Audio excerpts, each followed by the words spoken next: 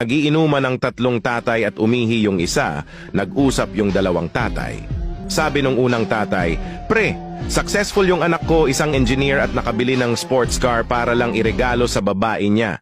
Sumagot yung pangalawang tatay, "Successful din anak ko, pre. Piloto yung anak ko at bumili siya ng helicopter para lang sa babae niya." Bumalik na yung isang tatay, "Ikaw pre, kamusta yung anak mo?" Tanong nung dalawa. Sumagot yung pangatlong tatay, "Naging bakla yung anak ko at nagtatrabaho siya sa isang gay bar." Sabi nung isang tatay, "Sorry sa naging anak mo pre, sobrang disappointed ka siguro sa kanya." Sumagot yung pangatlong tatay, "Proud ako sa anak ko. Meron siyang dalawang boyfriend at niregaluhan siya ng sports car at helicopter noong nakaraan lang.